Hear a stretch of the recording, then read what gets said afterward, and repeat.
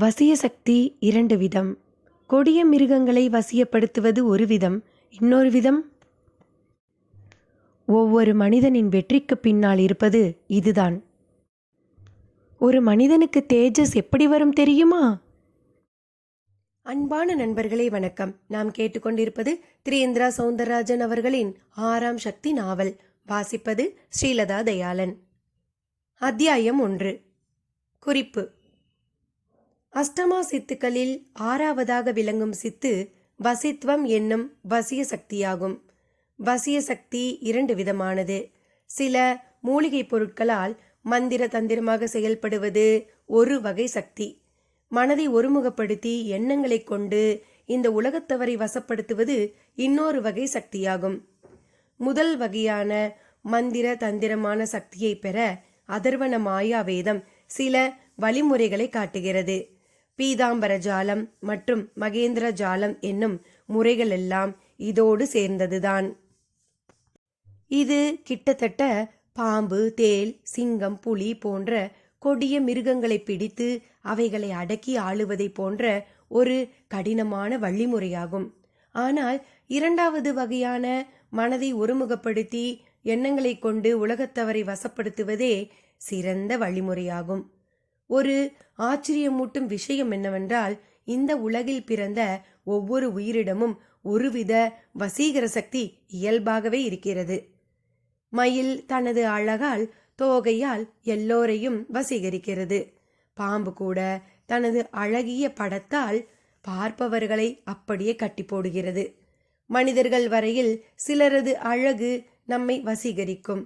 சிலரோ இனிய சொற்களால் நம்மை அப்படியே சொக்க வைத்து கட்டி போடுவார்கள். இதெல்லாம் இயல்பாக பிறவியிலேயே அமைந்த வசீகர அம்சங்கள் ஆகும். இதை வளர்த்து கொண்டு உச்சத்திற்கு செல்லவும் வழிகள் உண்டு. அவை இனி கதைக்குள். அந்த செய்தியை கேள்விப்பட்டதிலிருந்தே வசந்திற்கு நிலை கொள்ளவில்லை. ஆச்சரியமும் அதிர்ச்சியும் மாறி மாறி அவனை ஆக்கிரமித்து கொண்டிருந்தது. அவன் வீட்டில் உள்ள மொட்டை மாடியில் போய் உட்கார்ந்து கொண்டு விட்டான். பக்கத்து வீட்டு மொட்டை மாடியில் அந்த வீட்டு சிறுவர்கள் 2 பேர் நின்று கொண்டு பட்டம் விட்டபடி இருந்தனர். இந்த பக்கமாக உள்ள வீட்டு மாடியில் ஏகாம்பரவாதியார் என்பவர் தனது வழக்கமான உடற்பயிற்சிகளால் மும்முரமாக இருந்தார். அவர் கூட வசந்தன் அமைதியாக, அதே சமயம் தீவிர சிந்தனையில் இருப்பதை அவ்வப்போது கவனித்து கொண்டுதான் இருந்தார். அகலமான லங்கோடு துணியை சட்டி போல் அணிந்திருந்த ஏகாம்பரவாதியார் நல்ல உயரமான திடகாத்திரமான அவரது உடம்பில் எண்ணெய் பூசியது போல வியர்வை ஊறியிருந்தது. அவ்வப்போது ஒரு மாதிரி எகிரி குதித்து முன்பாதத்தை வீச்சாக தலைக்கு மேல் வருமளவு உயர்த்தி அப்படியே கழுத்துக்கு பின்னால் கொண்டு போய் வளைத்தும் நிறுத்தியிருந்தார். ஏகபாத மூர்த்தி போல ஒரு காலால் நின்று கொண்டு இரு கைகளையும் கூப்பிக்கொண்டு புதுவிதமான யோகாசனமெல்லாம் செய்து கொண்டிருந்தார். இது அவரது அன்றாட வழக்கம்தான்.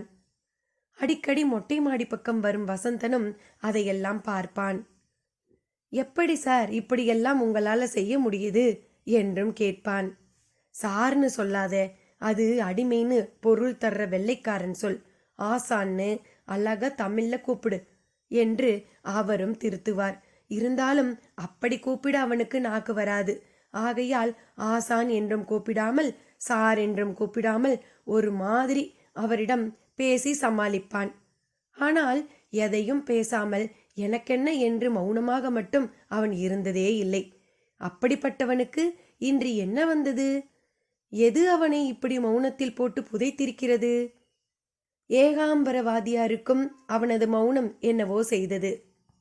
ஒரு வழியாக பயிற்சியை முடித்தவர் பக்கத்தில் கிடந்த ஈரத் துணியை எடுத்து மெல்ல உடம்பெங்கும் ஒத்திவிட்டு கொண்டார். பிறகு அந்த துணியை விரித்து மாடி கைப்பிடி சுவரின் மேல் போட்டவர், என்ன வசந்தா, என்ன ஆச்சு இன்னைக்கு உனக்கு என்று ஆரம்பித்தார். அவரது குரல் அவனது காதில் விழுந்த மாதிரியாகவே தெரியவில்லை. ஏய் வசந்தா, உன்னைத்தாம்பா, இறுதியாக கத்தினார் அவர்.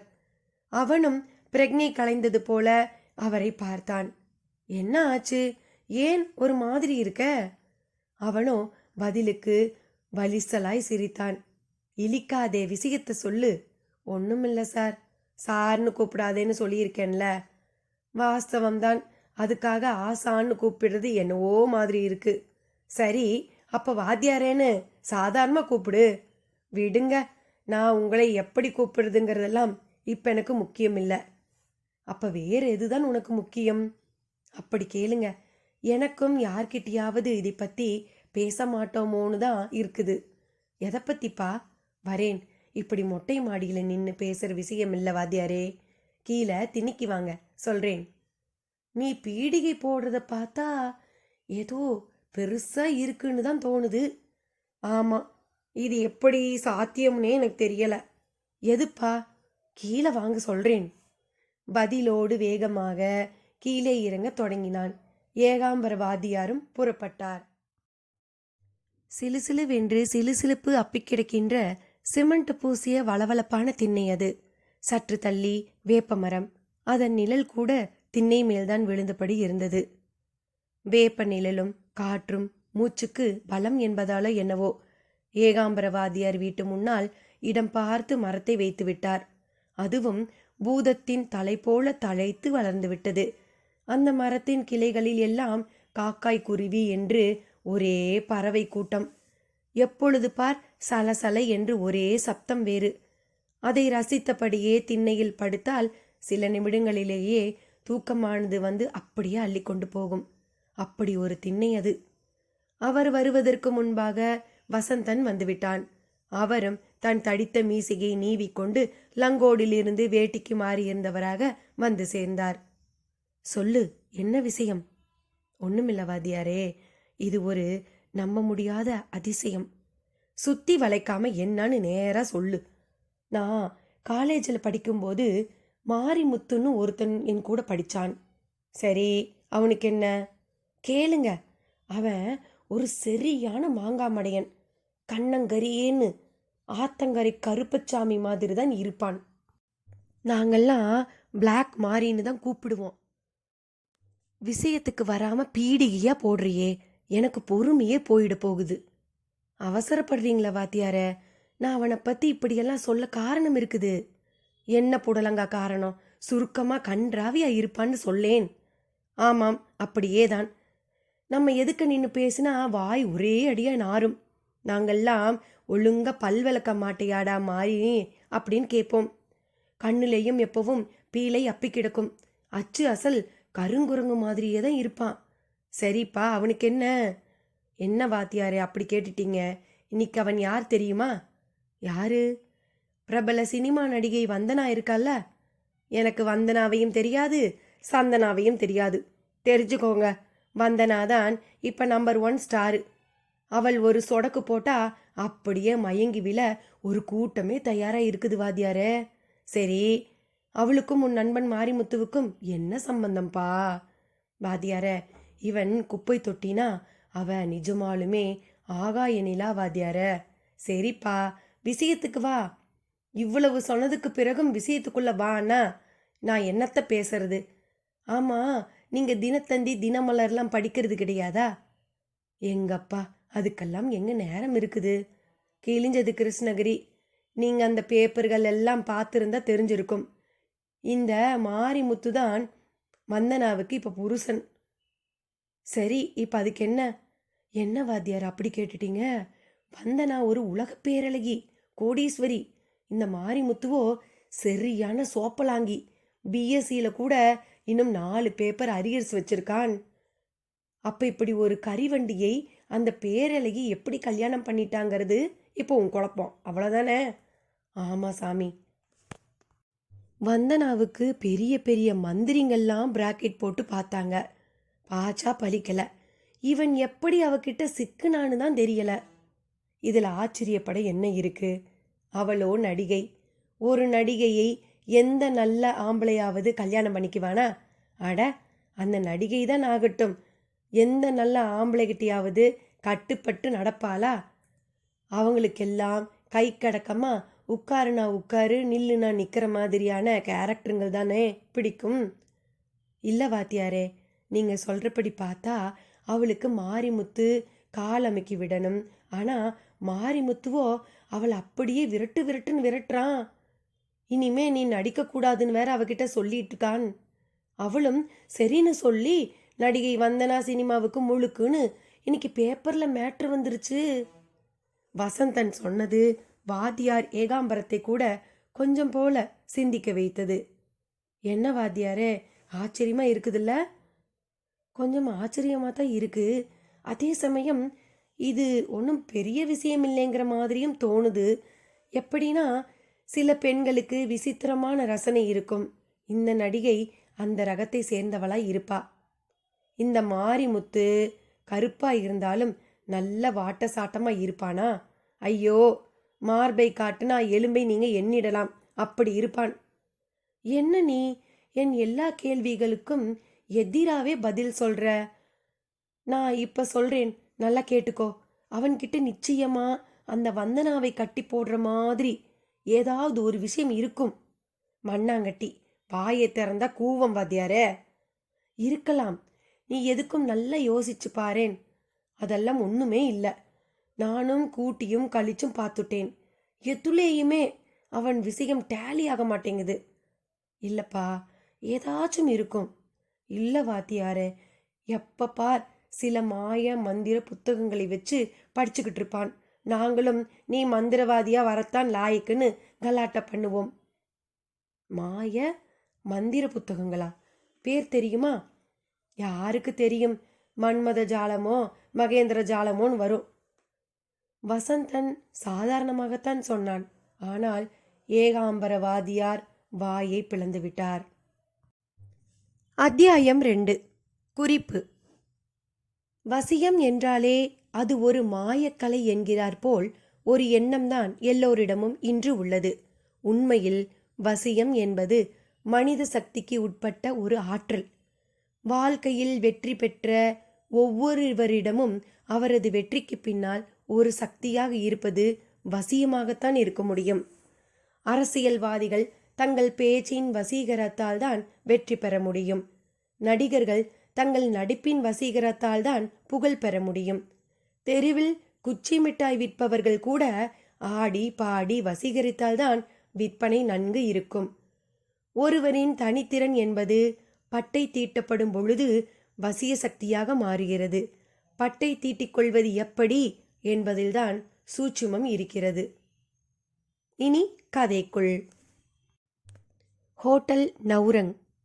காஸ்ட்லியான அந்த ஸ்டார் ஹோட்டலின் ரூஃப் கார்டனில் ஒரு கல்யாண ரிசப்ஷன். வசந்தனின் கூட படித்த ராம்ராஜ் என்பவனுக்கும் தொழிலதிபர் திரு ஒருவரின் மகளுக்கும் தான் திருமணம். பெரிய இடத்து திருமணம் என்பதால் டாம்பீகத்துக்கு பஞ்சமில்லை. வசந்தனும் அழைக்கப்பட்டிருந்தான். அவன் தகுதிக்கு ஒரு 200 ரூபாயில் ஒரு ஓவிய படம் ஒன்றை வாங்கி அதை அழகாக பேக் செய்து எடுத்துக்கொண்டு அந்த ரிசப்ஷனுக்கு வந்திருந்தான். அவன் வருகையை ராம்ராஜ் ஒன்றும் பெரிய சந்தோஷத்திற்குரிய விஷயமாகவே கருதவில்லை. எல்லோரையும் தன் மனைவியிடம் அறிமுகம் செய்து வைத்தவன் வசந்தன் பிரசன்டேஷனை தந்து வாழ்த்து சொன்னபோது ஒரு சம்பிரதாய சிரிப்போடு முடித்து கொண்டான். இருந்தும் சாப்பிட்டுட்டு தான் போகணும் என்று எல்லோருக்கும் சொன்னதை கூட அவனிடம் சொல்லவில்லை. வசந்தனுக்கு வலித்தது. ராம்ராஜின் கல்யாண அழைப்பை பெரிதாக கருதி வந்தது தப்பு என்றும் தோன்றியது. அலட்சியப்படுத்துவதற்காகவே அவன் அழைத்தது போல் தோன்றியது. ஸ்டேட்டஸ் பார்க்கிறான் என்பதும் புரிந்தது. மனது புழுங்க ஆரம்பித்து விட்டாலே மற்ற விஷயங்களில் நாட்டம் இருக்காது.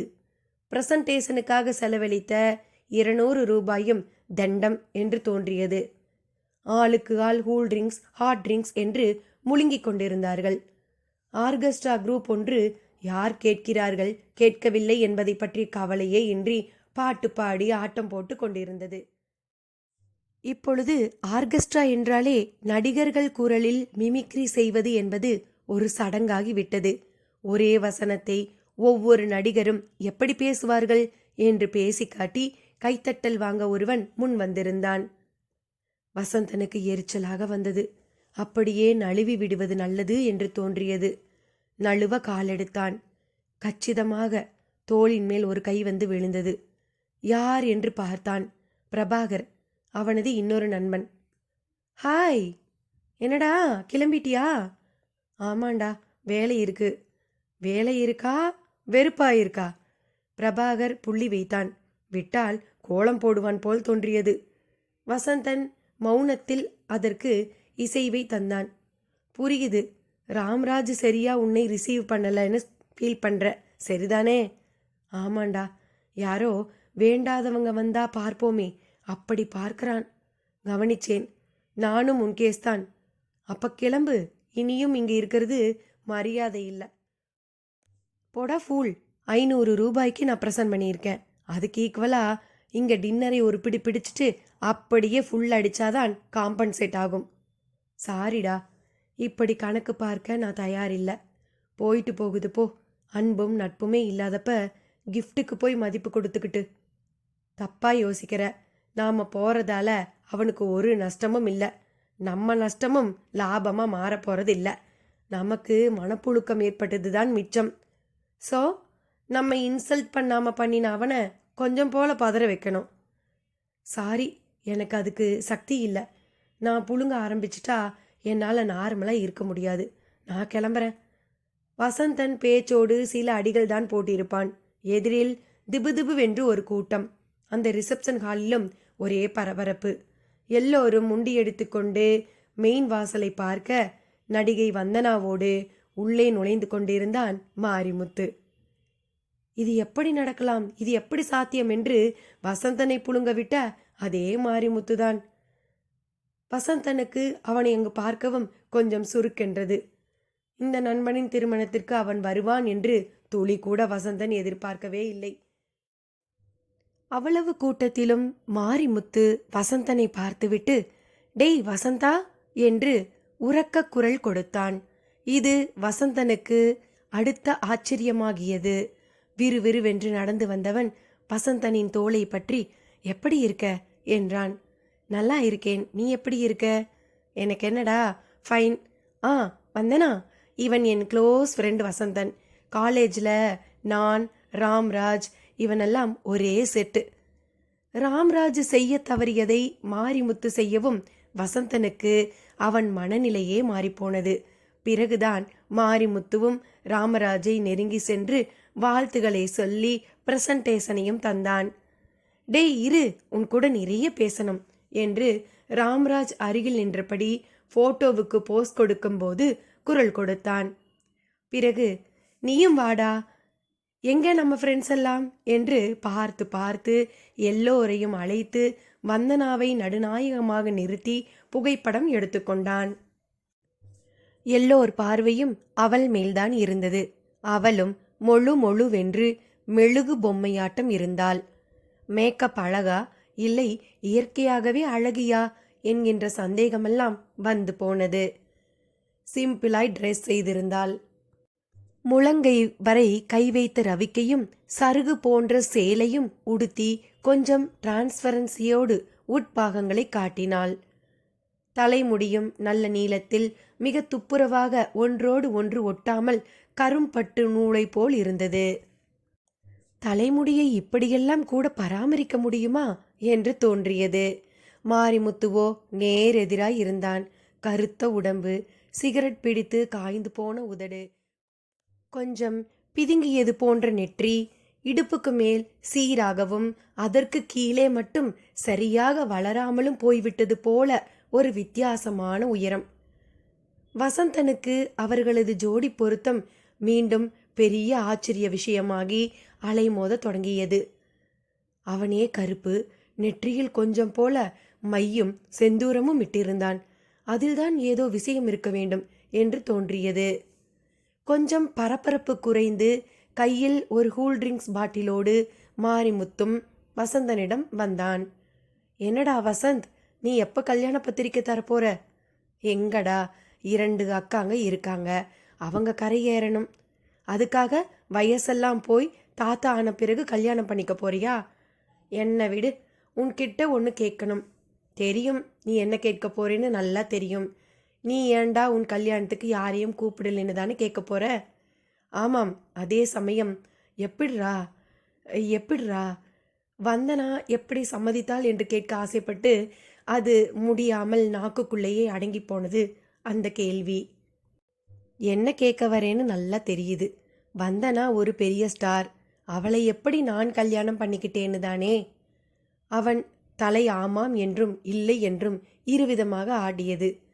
அவளை சுற்றியோ ஒரு பெரிய கூட்டம். இந்த கேள்வியை நீ மட்டும் இல்லடா, எல்லோரும் கேட்டுட்டாங்க. எனக்கே அதை நினைச்சா ஒரே ஆச்சரியமாத்தான் இருக்கு. எல்லாம் குமாரசாமி சித்தரோட அருள்னு தான் சொல்லணும். குமாரசாமி சித்தரா? யார் அவர்? உனக்கு தெரியாது? நீ கேள்விப்பட்டதில்ல? இல்லையே. சரிதான், பெரிய மகாண்டாவர். வந்தனாவும் அவரோட டிவோட்டி, பரம பக்தின்னு கூட சொல்லலாம். அவர்தான் வந்தனா கிட்ட உனக்கு ஏற்ற ஜோடி மாரிமுத்துதான்னு சொல்லியிருக்கார். எனக்கே இது அப்புறம்தான் தெரியும். அப்படியா? ஆமாம், அவர் எங்க இருக்காரு? பெரியபாளையத்துக்கு பக்கத்துல ஒரு கிராமத்துல. என்னால நம்பவே முடியல. நான் என்ன நினைச்சேன் தெரியுமா? என்ன, வந்தனாவை நான் ஏதோ தில்லு முள்ளு பண்ணி மடக்கிட்டதா நினைச்சியா? அது அது சும்மா சொல்லு. ஆமாண்டா, நீ கூட எப்ப பார் இந்த மாய மந்திர புத்தகங்களையே படிச்சுட்டு இருப்பியா? சரிதான், அதை வச்சுதான் ஏதோ வேலை காட்டிட்டேன்னு நினைச்சேன். அந்த பதிலை கேட்டு மாரிமுத்து வாய் விட்டு சிரித்தான். துளி கூட அதற்காக அவன் வருத்தப்பட்ட மாதிரியோ கோபப்பட்ட மாதிரியோ தெரியவில்லை.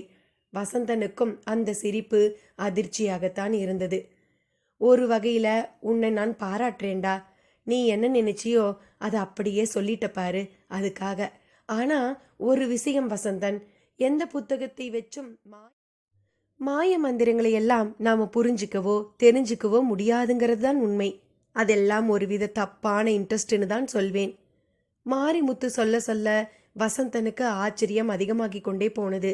அதே சமயம் அவன் வெளிப்படையாக எந்த ஒளிவு மறைவும் இல்லாமல் பேசுகிற மாதிரி இருந்தது. என்ன பார்க்குற? நான் சொல்றத உன்னால நம்ப முடியலையா? ஆமாண்டா, வாழ்க்கையில சில நேரங்கள்ல சில விஷயங்களை சுத்தமா 1% கூட புரிஞ்சுக்க முடியறதில்லை. நீ குமாரசாமி சித்தரை போய் பாரு, உனக்கு வாழ்க்கையில எல்லாம் ஒவ்வொன்னா புரியும். ஆமா, உனக்கு அவர் எப்படி பரிச்சயமானாரு? அதான் பூர்வ ஜென்ம புண்ணியம்ங்கிறது. அப்ப அவரை பார்க்க புண்ணியம் செய்திருக்கணும்னு சொல்றியா? நிச்சயமா.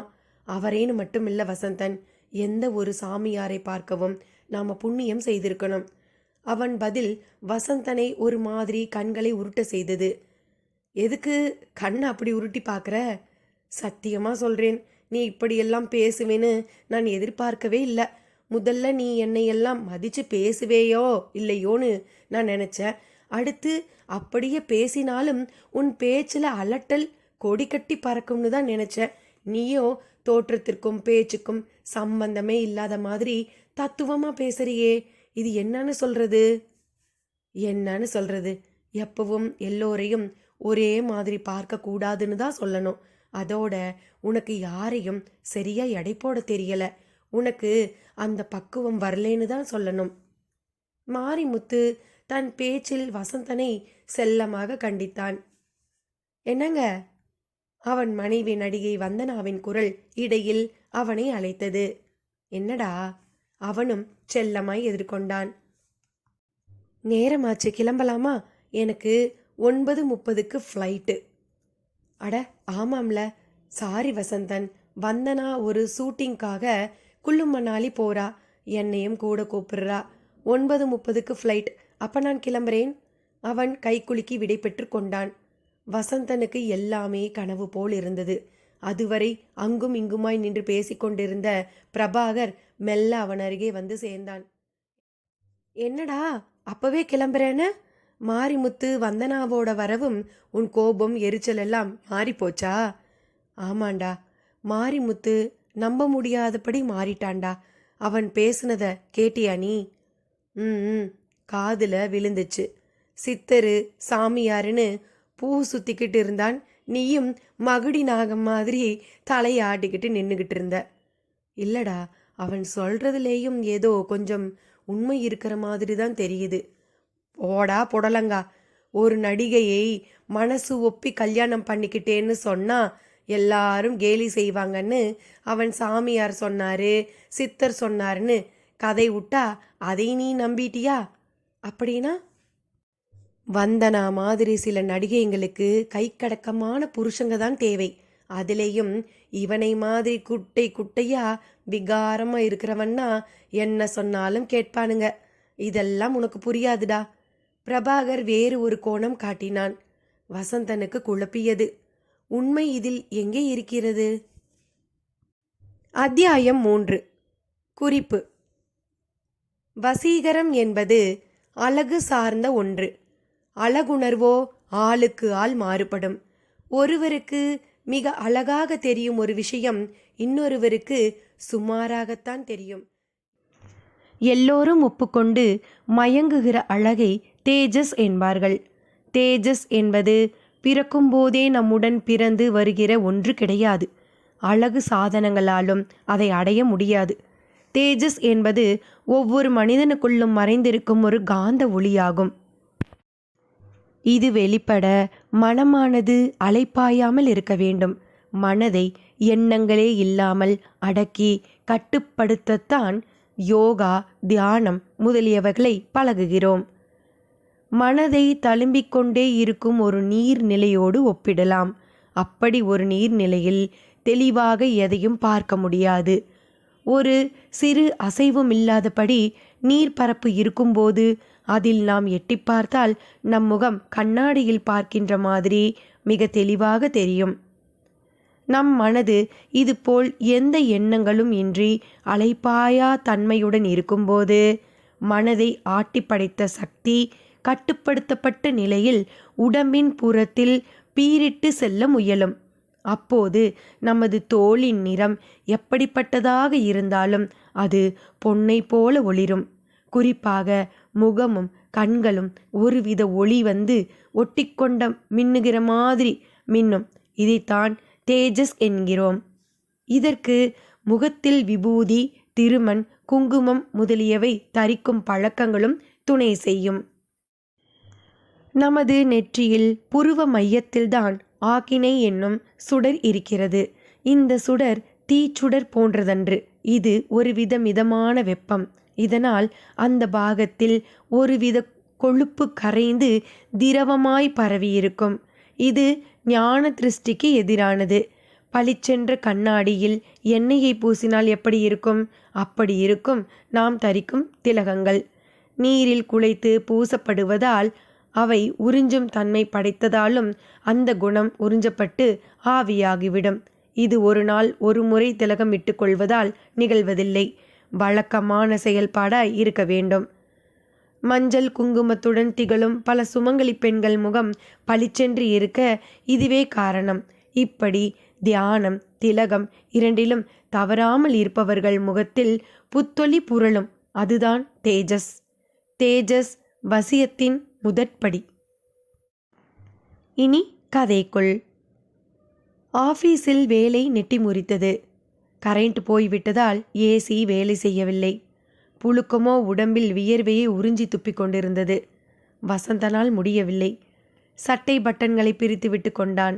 மார்பின் மேல் ஊதிவிட்டு பார்த்தான். அந்த நொடிப்பொழுதுக்கு சுகமாக இருந்தது. நிமிர்ந்தான். எதிர் சீட்டில் இருந்த அக்கவுண்டன்ட் அமிர்தலிங்கத்துக்கு நல்ல பளபளப்பான வழுக்கை தலை. அதில் கூட முத்து முத்தாய் வியர்த்திருந்தது. திடும் என்று மேனேஜர் தன் அறையை விட்டு வெளியே வந்தார். எல்லோரையும் ஒரு பார்வை பார்த்தார். அவர் ஒன்றும் வியர்வையில் சிக்கிய மாதிரி தெரியவில்லை. அவர் அறைக்கு மட்டும் கரண்ட் போனால் போர்ட்டபிள் ஜெனரேட்டர் இருக்கிறது. அவர் அறையில் விளக்கு எரிந்து கொண்டிருந்தது.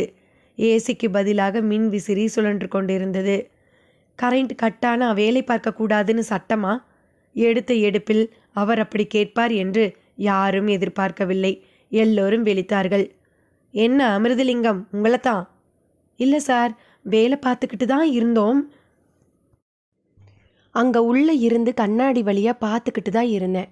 உங்களுக்கெல்லாம் விசிறி விட்டுக்கிறதுக்கே நேரம் சரியாக இருக்குதே. அது சார், ஃபேன் கூட இல்லாததால் ஒரே புழுக்கமாக இருக்குது சார். நீங்கள் வேலைக்கு சேரும்போது ஃபேன் கூட கிடையாது, தெரியும் தானே? என்ன சார் நீங்கள், அந்த காலமும் இந்த காலமும் ஒன்றா என்ன? என்ன ஆயிடுச்சு இந்த காலத்துக்கு? ராத்திரியில் வர நிலா பகலில் வர ஆரம்பிச்சிடுச்சா? இல்லை சூரியன் தான் லேட்டாக உதிக்கிறானா? காலம் எல்லா காலத்திலையும் ஒரே மாதிரியாக தான் இருக்குது. உங்களை மாதிரி ஆளுங்க தான் அது மாறிடுச்சு இது மாறிடுச்சுன்னு வேலையை ஒழுங்காக பார்க்குறதே இல்லை. மேனேஜருக்கு என்ன மூடோ ஒரு பிடி பிடித்து விட்டு திரும்பி தன் அறைக்குள் நுழைந்தார். அமிர்தலிங்கம் ஒரு சீனியர் எம்ப்ளாயி, அடுத்த வருடம் ரிட்டையர்டாக போகிறவர். மேனேஜரோ போன மாதம் புதிதாக வந்து சேர்ந்தவர். மதிப்பு தெரியாமல் பேசிவிட்டதாகத்தான் எல்லோரும் நினைத்தார்கள். நல்லா ஃபேனுக்கு கீழே உட்காந்து நோகாமல் நோம்பி கும்பிட்றவங்க. இவன் என்ன பேச்சு பேசுகிறான் பாரு. ஒரு கமெண்ட் வெகு வேகமாக உதித்தது. எல்லாம் விஆர்எஸ் படுத்துகிற பாடு. இது அடுத்த கமெண்ட். விஆர்எஸ்ஸா? ஆமாயா, வாலண்டியரி ரிட்டையர்மெண்ட் ஸ்கீம். புரியலை? விருப்ப ஓய்வு பெறும் திட்டம். அதுக்கும் இதுக்கும் என்ன சம்பந்தம்? புடலங்கா. நம்ம ஆஃபீஸ் ஸ்ட்ரென்த்து 310, 200 பேர் தான் இருக்கலாம்னு டாப் மேனேஜ்மெண்ட்டில் முடிவு கட்டிட்டாங்க. கூடுதலாக 110 பேர் இருக்காங்க. அவங்கள வீட்டுக்கு அனுப்பணும். போனால் போவாங்களா? இப்படி ஒன்றும் இல்லாததுக்கெல்லாம் டார்ச்சர் பண்ணால் மனசு வெறுத்து போய் உன் வேலையும் வேண்டாம் ஒன்றும் வேண்டாம்னு போயிடுவாங்கல்ல. அதுலேயும் அமிர்தலிங்கம் மாதிரி 1 வருஷம் 2 வருஷம் சர்வீஸில் இருக்கிறவங்க போடா நீயும் உன் வேலையும்னு வேகமாகவே சொல்லிடுவாங்க இல்லையா? அந்த இடத்தில் சீட்டுக்கு சீட் இப்படிதான் பேச்சுக்கள் பரிமாறிக்கொள்ளப்பட்டன. அமிர்தலிங்கம் எதுவும் பேசாமல் ஃபைலை திறந்து வைத்து கொண்டு வேலையில் கவனமாக இருந்தார்.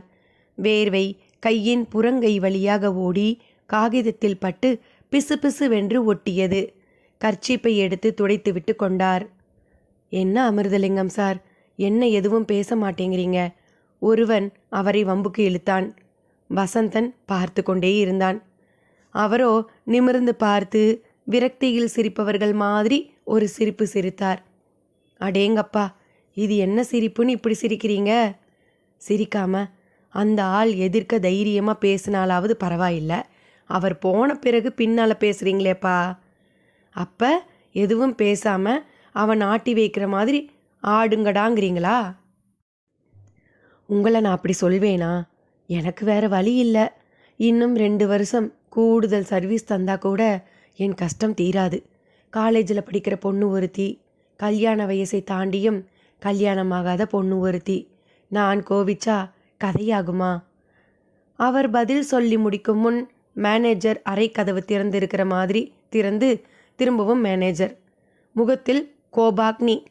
ஏயா, உனக்கெல்லாம் அறிவில்லை? இப்போதானே பேசாமல் வேலையை பாருங்கன்னு சொன்னேன். மிஸ்டர் அமிர்தலிங்கம், நீங்கள்லாம் ஒரு சீனியர் எம்ப்ளாயியாயா? யாராவது ஓபி அடித்தாலும் நீங்கள் தடுக்கணும். அதை விட்டுட்டு நீங்களும் அவங்களுக்கு சரியாக பேசிக்கிட்டு அலறினார் மேனேஜர். இல்லை சார், நீங்கள் தப்பாக புரிஞ்சுக்கிட்டீங்க. நான் உண்மையிலே என்ன சொல்ல வந்தேன்னா, வாயை மூடியா. இன்னையிலிருந்து எம்டியோட டாக்டர் நந்தினி தான் சார்ஜ் எடுத்துக்க போகிறாங்க. ரொம்ப ஸ்ட்ரிக்டான கேரக்டர் அவங்க. உங்களை அவங்க முன்னால் கொண்டு போய் நிறுத்துறேன். அப்போ தான் நீங்கள் வழிக்கு வருவீங்க. மேனேஜர் ஒரு புது அஸ்திரத்தை வேறு போட்டார்.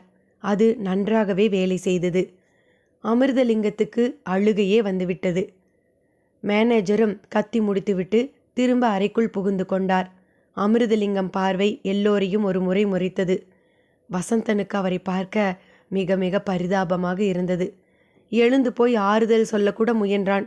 இருந்தாலும் வேலை நேரத்தில் சீட்டை விட்டு எழுந்து போனதாக ஒரு குற்றச்சாட்டு உருவாகுமே என்று அடக்கி கொண்டான். 1 மணி நேரம் அப்படியே புழுக்கத்தோடு ஓடியது. கரண்ட் வரவே இல்லை. சூரப்புலிகளாக கமாண்ட் அடித்த ஒருவர் கூட மேனேஜர் நந்தினி பற்றி சொன்ன பிறகு வாயை திறக்கவே இல்லை. ஏற்கனவே நந்தினி பற்றி பலவிதமான பேச்சுக்கள். அவள் உருவத்தில்தான் பெண், மற்றபடி எல்லா விதத்திலும் ஆண் பிள்ளை போலத்தான் நடந்து கொள்வாள் என்று யாரோ சொன்னதாக ஞாபகம். அதிகாலை வேளையில் பெசன்ட் நகர் பீச் பக்கம் போனால் ஹார்ஸ் ரைடிங்கில் அவள் ஈடுபட்டிருப்பதை பார்க்கலாமாம். சோழவரம் கார் பந்தயத்திலும் கலந்து கொள்பவளாம். பார்க்க ஆள் அழகாக இருந்தாலும் செயல்பாடுகள் நேரெதிர். குறிப்பாக ஆண்கள் என்றாலே அவளுக்கு அடிமைகளைப் போல என்றெல்லாம் அவள் பற்றி கேள்விப்பட்டிருந்த விஷயங்கள் நியாயமான புழுக்கத்தை கூட வெளிக்காட்டி கொள்ளக்கூடாத அளவுக்கு அவர்களை கட்டி போட்டு விட்டது. வசந்தனும் அந்த ஆஃபீஸுக்கு புதியவன். ப்ரொஃபேஷன் பீரியடில் இருக்கிறான். வேலைக்கு போய் வந்து கொண்டிருப்பவர்களுக்கு தெரியும், ப்ரொஃபேஷன் என்பது ஒரு தீ மிதிக்கிற மாதிரியான கடுமையான சடங்கு என்று. லீவு போடக்கூடாது, பர்மிஷன் போடக்கூடாது, 8 மணி நேரம் என்று அளந்து வைத்து கொண்டு வேலை பார்க்கக்கூடாது, யாரிடமும் எந்த கெட்ட பெயரும் எடுத்துவிடக்கூடாது என்று எவ்வளவோ விஷயங்கள் இருக்கின்றன. இதில் ஒன்றில் சிக்கினாலும் கன்ஃபார்ம் செய்ய மாட்டார்கள். கன்ஃபார்ம் ஆனால்தான் சம்பளம் நல்லபடி கிடைக்கும். இல்லாதவரை கன்சாலிடேட்டட் பேமெண்ட் தான். வசந்தனுக்கும் இதையெல்லாம் நினைத்து பயமாகவும் பதட்டமாகவும் கூட இருந்தது. பிசு பிசுவென்று வியர்வை புழுக்கத்துக்கு நடுவிலும் எப்படியோ சிரமப்பட்டு கொண்டு தன் எதிரில் இருந்த கம்ப்யூட்டர் திரையை துடைத்தான். கரண்ட் இல்லாத சமயங்களில் துப்புரவு பணிகளில் ஈடுபட வேண்டும் என்பது அலுவலக கோட்பாடு. மேஜை டிராயரை ஒழிக்கலாம், அனாவசிய பேப்பர் குப்பைகளை அகற்றலாம், இப்படி எவ்வளவோ செய்யலாம். வசந்தனும் அதைத்தான் செய்து கொண்டிருந்தான். ஒரு மேஜையில் டிராயர் சிக்கி கொண்டிருந்தது. எவ்வளவு இழுத்தும் அது வரவில்லை. கயிற்றை கட்டி 4 பேர் சேர்ந்து இழுத்தால்தான் அதை வெளியே இழுக்க முடியும் போல தோன்றியது. இருந்தும் முழு பலத்தையும் பிரயோகித்து டிராயரை இழுத்தான். அதுவும் ஆரம்பத்தில் ஆட்டம் காட்டிவிட்டு பிறகு அவனை பின்னே தள்ளியபடி விடுபட்டது. அப்படியே பின்னால் போய் விழுந்தவன் கையில் பிடித்திருந்த டிராயரையும் நழுவ விட்டான். அது ஏதோ சினிமாவில் ஸ்லோ மோஷனில் பறந்து செல்லும் ஒரு பொருள் போல பறந்து சென்று கச்சிதமாக வெளியே காரை விட்டு இறங்கி உள்ளே நுழைந்து கொண்டிருந்த நந்தினியின் தலைமேல் விழுந்தது. அவளும் அப்படியே தலையில் கை வைத்து கொண்டு தரையில் அமர்ந்து விட்டாள். யூஸ் கவுண்ட்ரல் இடியட், மேனேஜர் கத்திக்கொண்டே வசந்தனை நோக்கி நடந்தார். Sir sir, very sorry sir, ஃபோர்ஸாக டிராயரை இழுத்தேன். இப்படி என்னை மீறிக்கிட்டு அது பறக்கும்னு நான் எதிர்பார்க்கவே இல்லை சார், சாரி சார். வசந்தன் வார்த்தைகளில் தந்தியடித்தான். அதற்குள் நந்தினி சுதாரித்து கொண்டு எழுந்து வசந்தன் அருகில் வந்தாள். ஆஃபீஸே கப்சிப். வசந்தனை தன் அனல் விழிகளால் வெறித்த நந்தினி பலார் என்று ஒரு அறை அறைந்தாள். வசந்தன் என்ன செய்தான்? அவன் அந்த சாமியாரை பார்த்தானா? அவனுக்கு வசியம் கைகூடியதா? பார்க்கலாம் சிறு இடைவெளியில். நன்றி நண்பர்களே.